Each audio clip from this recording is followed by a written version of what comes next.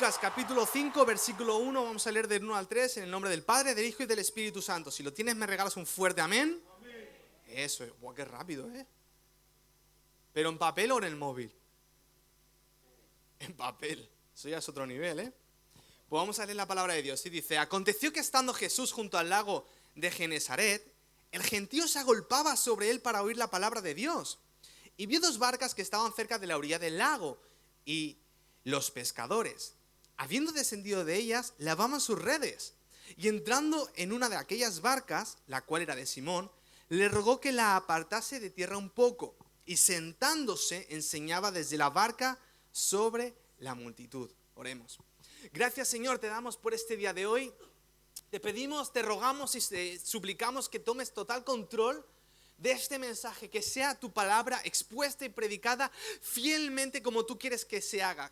Llévate toda la gloria, toda la honra, y como siempre te pedimos, transfórmanos, haz lo que tengas que hacer, derriba, edifica, saca lo que sobre y edifica lo que creas que es para nuestro beneficio. Señor, ayúdanos a ser buena tierra, porque tu semilla sin duda es la mejor que hay. Gracias te damos en el nombre de Jesús. Amén.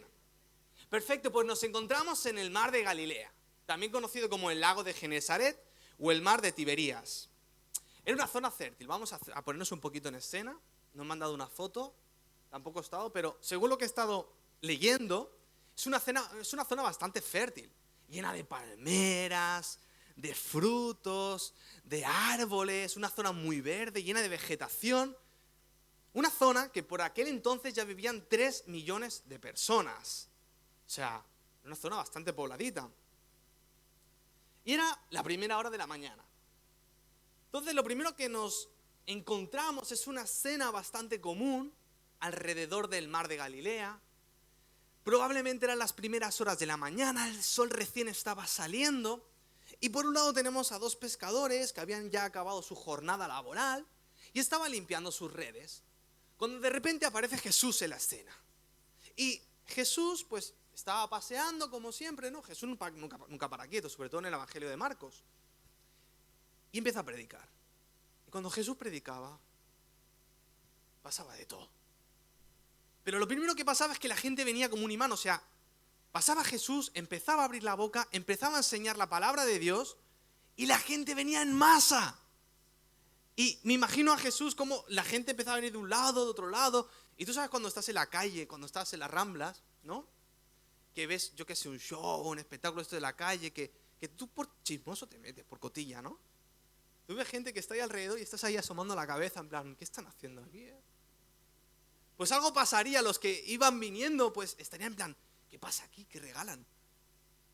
Pero a Jesús no le hacía falta hacer ningún espectáculo. Él simplemente abría su boca, exponía la palabra de Dios y la gente venía hipnotizada, venía enganchada, venía apasionada, porque predicaba algo que los demás no le enseñaban. Predicaba de una forma diferente, predicaba con autoridad, porque él mismo era la palabra.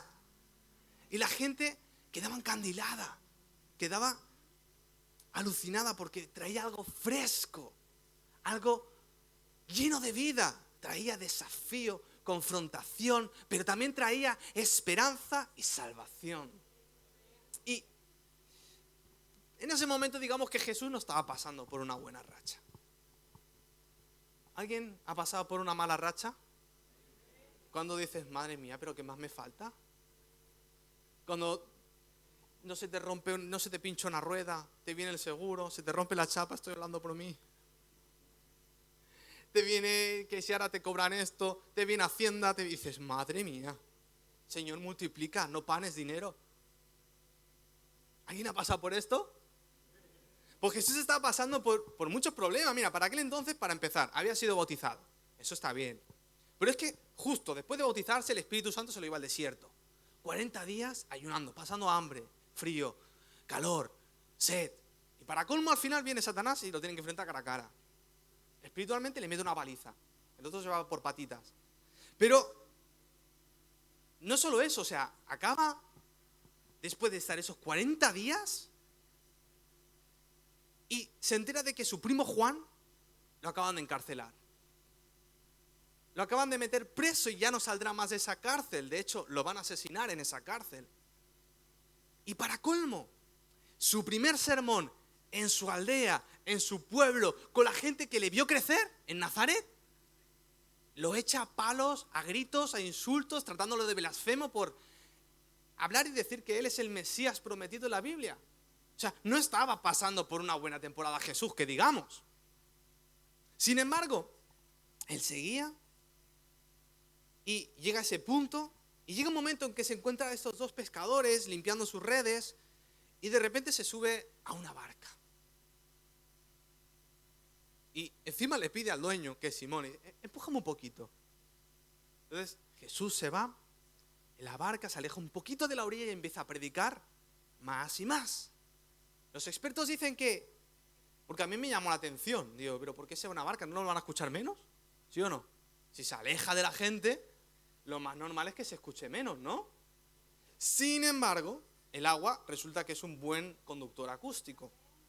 Transmite el sonido 4 veces más rápido que el aire. Momento Discovery.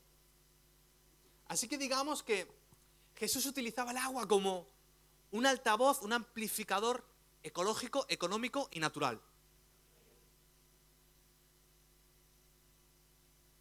Ahora bien, ¿cuáles son estas 4 características que podemos ver en este texto? ¿Cuáles son las 4 características que diferencian a un espectador de un verdadero discípulo? Porque vemos que en el ministerio de Jesús, cuando él estaba predicando y enseñando, había mucha gente a su alrededor. Las masas le seguían, pero ¿cuántos? Bueno, le escuchaban, pero ¿cuántos le seguían? Vimos en una ocasión como un joven rico va hacia él, pero cuando Jesús lo confronta y le dice que vende sus riquezas, él ya no quiere ser seguidor. Él prefiere ser espectador, que está más cómodo y relajado, ¿no? Yo soy consumidor, espectador, me quedo escuchando. Si me gusta, like, si no, pongo otro vídeo.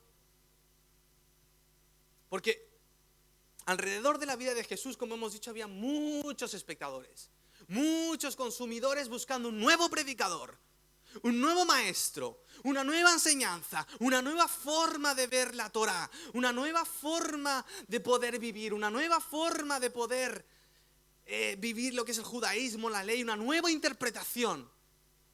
Sin embargo, Jesús no quería ser solo un maestro, quería ser el Salvador, quería buscar no alumnos, él quería discípulos, no quería seguidores, quería discípulos. Y lo primero que podemos ver es que un discípulo escucha a su maestro. De hecho, esta es la base. Yo me imagino a Pedro ahí limpiando sus redes, escuchando, pensando, ¿por qué coge mi barca? Pero estaría maravillado escuchando a Jesús. ¡Wow! Y es que Pedro ya había conocido a Jesús. No era el primer encuentro. Había sanado a su suegra. De hecho, dicen que por eso luego lo negó. Sonríe, que te veo muy serio. Pero había sanado a su suegra, ya había tenido un encuentro con él, ya había visto el poder de Dios en acción. Sin embargo, ahora ya no era ver la manifestación de su poder, era escucharlo, cómo predicaba, cómo enseñaba, cómo ministraba. Acabó la conversación, pero no quedó todo ahí. El discípulo escucha a su maestro. Y esto es lo mismo que nos enseña Isaías cuando escribió en Isaías 54 de la traducción lenguaje actual. Dice, Dios me enseñó a consolar a los que están afligidos y cansados. Me despierta todas las mañanas para que reciba sus enseñanzas como todo buen discípulo. Qué bonito, o sea, lo hace como, yo me imagino, a ver, un poco metafórico, ¿vale? Pero tú imagínate como Isaías durmiendo y Dios despertándolo, como cuando tu padre o tu madre te despierta para ir al cole. Bueno, hay padres de todo tipo, ¿no? Pero un padre cariñoso, ¿vale? En plan, venga hijo, venga, que va a empezar un nuevo día, una nueva semana, vamos a levantarnos bien, con alegría, que empieza las clases. Yo me imagino al Espíritu Santo despertando a Isaías. Venga, que tengo una nueva lección para darte. Quiero hablarte, quiero enseñarte. Mira, esto No te lo había enseñado antes, toca hoy. Hoy vas a crecer, hoy vas a ir más lejos, hoy te voy a enseñar esto nuevo. Pero el problema es que la rutina, las prisas, las tareas pendientes, el trabajo, la escuela, los deberes, muchas veces ocupan ese lugar por la mañana. ¿Sabes? Y yo creo que Jesús merece ese espacio por la mañana. ¿Por qué? Porque según dicen los neurólogos, la primera hora de la mañana es cuando nuestra mente está más despierta, más activa, más receptiva y más creativa. A primera hora de la mañana, sí, cuando te levantas con las lagañas y la cara así medio rara. Es la hora, es el momento en el que tu mente, tu espíritu y tu corazón está más receptivo para recibir la presencia de Dios, sus enseñanzas y todo lo que tiene para ti. Hay un famoso versículo, Romanos 10:17, que dice, así que la fe es por Él y el oír la palabra de Dios. O sea, no puedes seguir a Jesús sin fe. Y no puedes tener fe si no oyes su voz. Es más, el mismo Jesús dijo en Mateo 10:27, dice, mis ovejas oyen mi voz y yo las conozco y me siguen. Pero si no conocemos su voz, si no conocemos cómo nos habla, si no lo oímos, difícilmente podremos seguirle. Así que el escuchar a Jesús nos lleva a la acción. Es necesario que fijemos una hora, un momento, un lugar diario para la oración, para la lectura de la palabra. Porque si no oímos a Jesús, estamos perdidos. No hay nada que hacer. Podrás hacer mil cosas, podrás hacer mil servicios, pero si no pasas tiempo analizando tu vida en contraste con lo que Él le manda, analizando tu vida con lo que Él espera de ti, pasando tiempo de agradecimiento, de adoración, buscándole, déjame decirte que estás viviendo cualquier vida, pero no es una vida cristiana. Lo segundo que podemos ver es que un discípulo obedece a su maestro. Y es que el relato sigue. Dice, cuando terminó de hablar, dijo a Simón, boga mar adentro y echad vuestras redes para pescar. Respondiendo Simón le dijo, maestro, toda la noche hemos estado trabajando y nada hemos pescado. Mas, en tu palabra echaré la red. Jesús acaba de predicar, me imagino que ya la gente se iría. Y Pedro y Andrés, los dos hermanos, tampoco habían tenido una buena racha. Habían estado toda la noche intentando pescar y ni un resfriado, pero pescaron nada. Y como dijo el pastor una vez, o sea, tan difícil es, o tan milagroso es, pescar sobreabundantemente como no pescar nada. O sea, pescaban con redes. Algo tienes que pillar aunque seas un mal pescador. O sea, aunque seas policía, algo tienes que pillar. Porque estás con redes. Estás trabajando de noche cuando los bancos de peces salen. O sea, es difícil no pillar nada. Así que, pero ellos todavía no entendían el porqué. ¿Y sabes qué me gusta de Pedro? Que Pedro no dice, sí, venga, vamos. No, él es realista con su contexto. Él dijo, pero a ver, hemos estado toda la noche, hemos lanzado la red por aquí, por allá, y no hemos conseguido nada. Nada. Pero has hecho algo en mí. Has despertado algo en mí cuando te escuchaba, que siento, que creo, que tengo la convicción de que si tú lo dices, algo va a pasar. ¿Y sabes qué? Imagínate que estás todo un mes trabajando y estás haciendo una obra, una reforma. Y que al final acabas la reforma y te dice el propietario o la persona que te contrató, ¿sabes qué? No tengo dinero, no te pago. ¿Cómo te sentirías? ¿Te ha pasado, Guillermo? Es que te veo en plan ahí. Amén. Pues como Guillermo, así se sentían Pedro y Andrés. Así se sentirían. Pero, ¿qué quiero decirte con esto? Que Jesús había preparado esa escena. Y a veces Jesús prepara la antesala para la bendición. No lo queremos ver y decimos, ¿por qué, Señor? ¿Por qué me pasa esto? ¿Por qué me pasa lo otro? Yo el primero. Yo soy de los que se quejan al Señor alguna que otra vez, ¿eh? No me creas aquí que soy el que tiene súper fe de... No. Pero yo más, ¿no? Pero, ¿qué quiero decirte con esto? Que en muchas ocasiones Dios permite problemas para preparar la bendición. Y no lo vemos porque en ese momento lo que ves es el problema, la situación, la angustia, el estrés, el no poder dormir, el agobio, el no llegar al final de mes, el no poder conseguir tus metas, el no poder alcanzar aquello por lo que tanto has trabajado y te sientes maniatado, estancado y que Dios no obra. Sin embargo, Dios permitió eso para manifestarse sobrenaturalmente en la vida de Pedro y Andrés. Pedro y Andrés.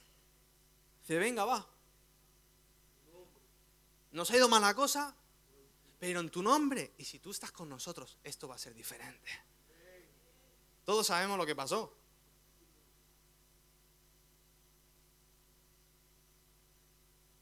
Sabemos que obedecieron y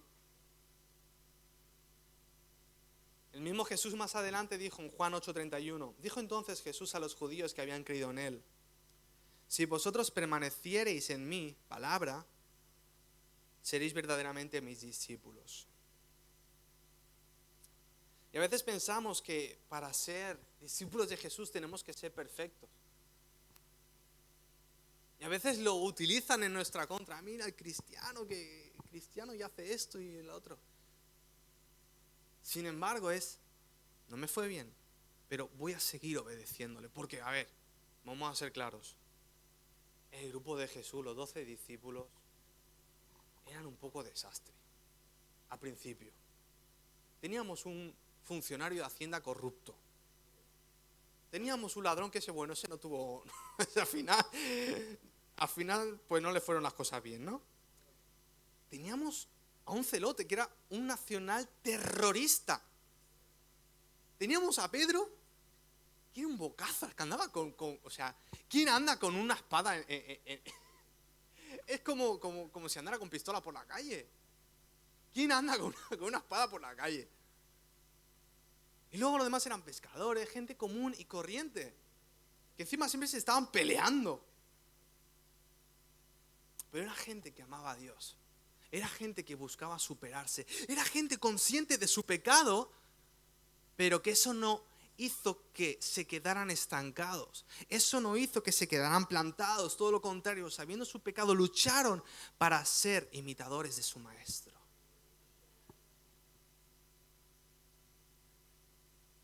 Tercero, un discípulo convive con su maestro. Y preparando el mensaje me di cuenta, buscando la palabra discípulo, resulta que la palabra discípulo en hebreo y en arameo sale en la Biblia 4834 veces. Se dice pronto, ¿eh? Y traducido, o sea, la palabra original, pero se ha traducido, tiene una denotación como discípulo de aprendí simplemente solo 10 veces.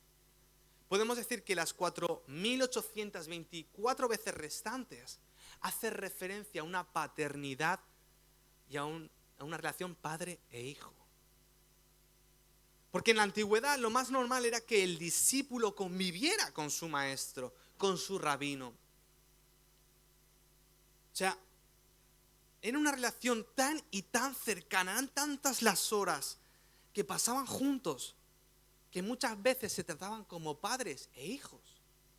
De hecho, el apóstol Pablo a Timoteo, ¿cómo lo llama? Mi hijo en la fe.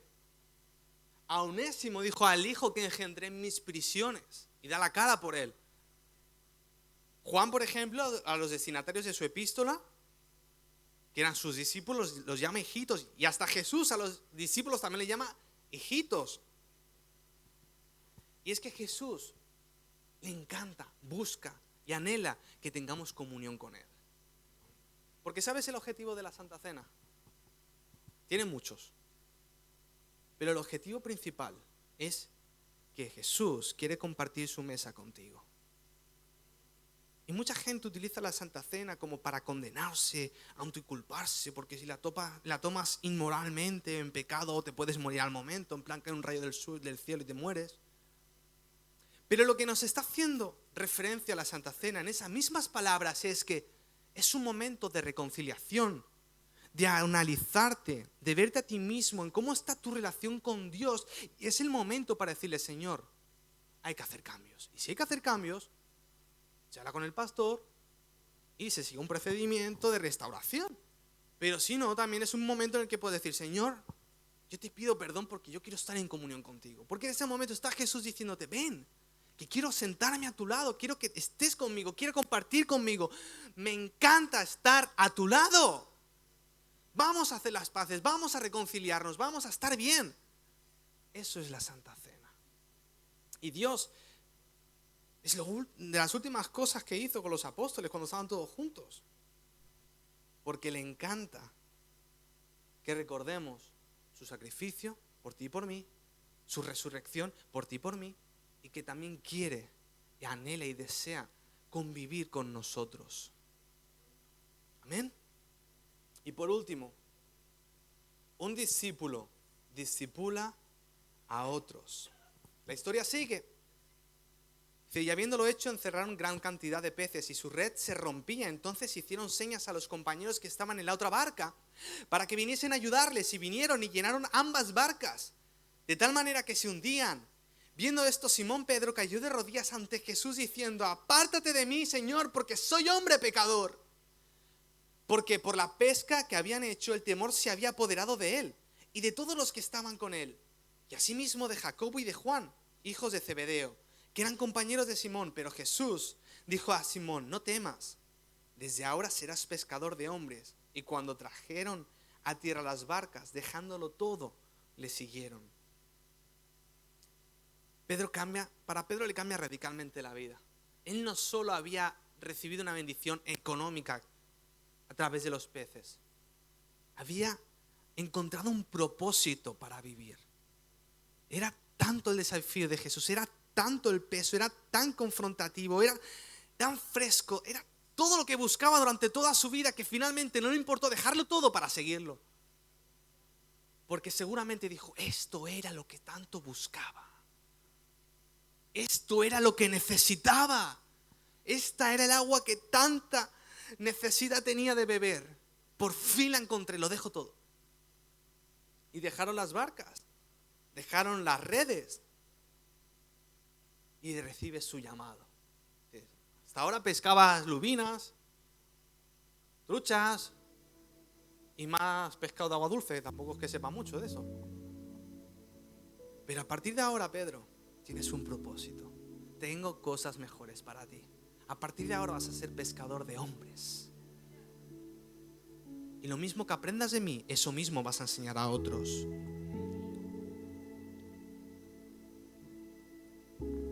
Y esto no fue algo exclusivo y único en la vida de Pedro.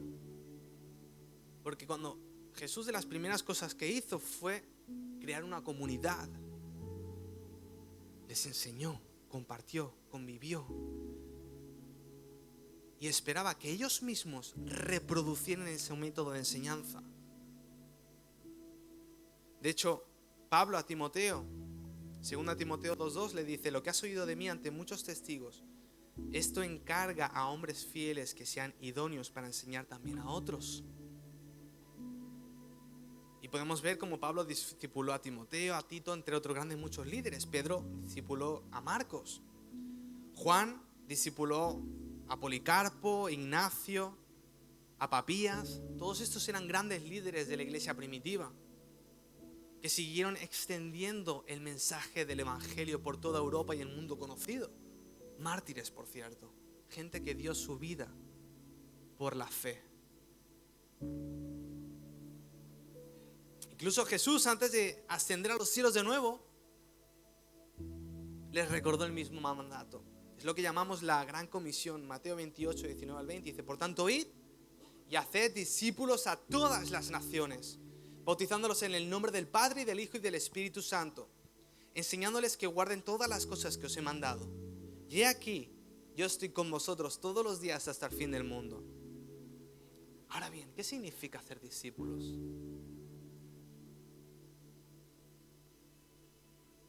Hacer discípulos no es solo para evangelistas.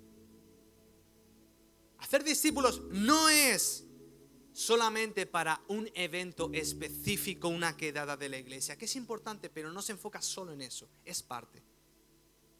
Entonces, ¿qué es? Hacer discípulos es aceptar la responsabilidad de vivir y enseñar de por vida las enseñanzas de Jesús a una o más personas. Hacer discípulos es reproducir lo aprendido, vivido y experimentado. Transmitir conocimientos, sabiduría y experiencia. Como decía el apóstol Pablo en 1 Corintios 11:1, sed imitadores de mí, así como yo de Cristo. Pero hay un problema, que a veces pensamos que no tenemos tiempo. ¿Sí o no? A veces pensamos que ¿cuándo lo voy a hacer? No tengo tiempo ni para mí. ¿Me voy a poner a dedicarle tiempo a otra persona? Pero si vamos a la palabra it, del griego, es curioso porque el original tiene un significado mucho más amplio de la palabra de la cual ha sido traducida, it. Sin embargo, en griego es mientras viajas, mientras vives, a lo largo de tu vida, ves haciendo discípulos. Es un verbo en gerundio. No te está diciendo que reserves un tiempo exclusivo para hacer discípulos. Lo que nos está diciendo realmente la palabra de Dios es que mientras vives, mientras que estás con otras personas, mientras que estás trabajando, mientras estás con tu hijo yéndolo al cole, mientras que estás en el autobús, mientras que estás en el metro, cada vez que se te presente la oportunidad, haz discípulos. ¿Se puede o no se puede? Se puede. Mientras vives, mientras viajas, mientras estás en este trayecto llamado vida. Ahora bien, si te preguntaran de qué fue el mensaje de hoy, a ver, ¿con qué te quedabas? ¿Con el jefe que no te pagó la obra, Guillermo? Ya está. Ya está. Claro que sí. Y seguro que el doble. Luego oramos por este jefe que no te pagó. Claro que sí. Pero un discípulo escucha, obedece y convive con su maestro. Un discípulo hace discípulos. Y a veces es muy fácil que nos olvidemos de que no somos simples alumnos, que no seguimos una simple ideología o una simple corriente. Somos discípulos, discípulos del maestro. Y no es cuestión solamente de servir y servir, es cuestión de servir, cuestión de trabajar, pero cuestión de estar en los pies del maestro. Un poquito de Marta y un poquito de María, un poquito de cada. Porque si Dios te ha usado, enseñado y dado dones, y ya tienes un recorrido, las nuevas generaciones te necesitan. Las nuevas generaciones necesitan todo lo que Dios te ha dado, todo el conocimiento que has ido adquiriendo, esa experiencia, para que tengan una plataforma en la cual puedan despegar y seguir extendiendo el reino. Pero si nos lo quedamos para nosotros, todo eso, ¿dónde se queda? Josué, cuando conquistó, su generación estaba tan enfocada en conquistar su presente que olvidaron conquistar su futuro. Estaban tan ocupados en pelear por aquí, pelear por allá, en guerra por aquí, guerra por allá, que toda una generación se perdió. Toda una generación no sabía ni siquiera quién era Dios. Era el Dios de alguna vez de sus padres, algo les habían contado, pero no habían tenido un encuentro porque se habían enfocado más en conquistar su presente que olvidaron conquistar su futuro. Por eso, no te quedes lo que Dios te ha dado. Transmítelo, que haya un relevo generacional. Porque solo así la iglesia seguirá creciendo, se seguirá expandiendo. Más gente conocerá a Jesús, más gente será sanada, más familias serán reconciliadas, más matrimonios se salvarán, harán las paces, más hijos estarán en libertad. Siempre y cuando reproduzcamos lo aprendido. Porque muchas personas fueron espectadores, pero pocos fueron los testigos y discípulos. ¿Quién quieres ser? El rico que simplemente vio, escuchó, pero cuando era la hora de la verdad no se quiso comprometer. O aquel Zaqueo que dijo: soy un pecador, no merezco que estés aquí, pero tú has venido a mi casa y doy más de lo que debo. Me comprometo, quiero seguirte, quiero escucharte, quiero hacer lo que tú dices que tengo que hacer y quiero hacerlo de voluntad libre. Así que si hasta el día de hoy has sido un espectador, hoy es el momento en el que Jesús nuevamente te dice: ven, déjalo todo y sígueme. Y sígueme. Amén.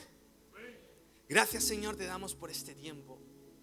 Gracias por lo mucho que haces por nosotros. Gracias, Padre, porque nos creaste con un propósito. No nos creaste ni por azar, ni por hacerlo. O sea, nos creaste con un propósito firme: ser tus discípulos. Abre nuestro entendimiento, abre nuestros oídos para recibir lo que tienes para nosotros. Danos la capacidad, el deseo y el anhelo de seguirte, de obedecerte.